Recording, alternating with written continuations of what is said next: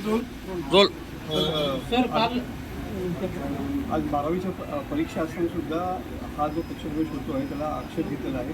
बहुतांश एसटी गाड्या बुक केल्यामुळं विनायकवरून थेट आरोप केलेला आहे की विद्यार्थ्यांची काही मी आपल्याला प्रामाणिकपणानं सांगतो, हे होणार होतं मला माहीत होतं. त्याच्यामुळं 12वीच्या विद्यार्थ्यांचे जे रूट आहेत किंवा 10वीच्या विद्यार्थ्यांचे जे रूट आहे त्याचा पूर्ण अभ्यास करूनच एस टी बसेस आम्ही घेतलेल्या होत्या. कुठच्याही विद्यार्थ्यांना त्रास होणार नाही त्याच्या संदर्भात DCंशी चर्चा करूनच त्याचा प्लॅन देखील माझ्याकडे तुम्हाला जर पाहिजे असेल तर त्याच्यामुळं मला हे होणार हे माहीत होतं, हे अपेक्षित होतं.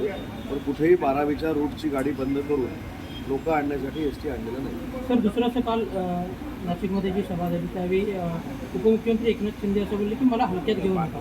नेमका हा इशारा त्यांचा कोणाला समजायचा, ठाकरेंना की फडणवीसांना? नाही, मला असं वाटतं की उगाचच देवेंद्र फडणवीस साहेबांचं नाव घेऊन त्याच्यामध्ये या सगळ्याला वेगळा स्पर्श करण्याची काही आवश्यकता नाही. हे साहेबांनी नाशिकमध्येच त्याचा उल्लेख केला नाही. अनेक वेळा विजेतीच्या बाबतीमध्ये त्यांनी हा उल्लेख केलेला आहे, परंतु कदाचित काल आपल्याला तो जाणवला असेल.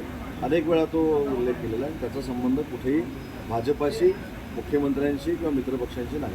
सर हे ऑपरेशन टायगर नाही तर कोल्हे आहेत. विनायकवरून म्हणतात की मला उपमुख्यमंत्री व्हायचं आहे म्हणून सगळी धडपड. मी मगाशी हे सांगितलं की मला त्यांच्यावर काही भाष्य करायचे नाही. मला भाष्य करून उगाचच तेढ निर्माण करायचे नाही. जेवढं ते माझ्यावर बोलत राहतील तेवढे विभेटीतली लोक माझ्याकडे येतील.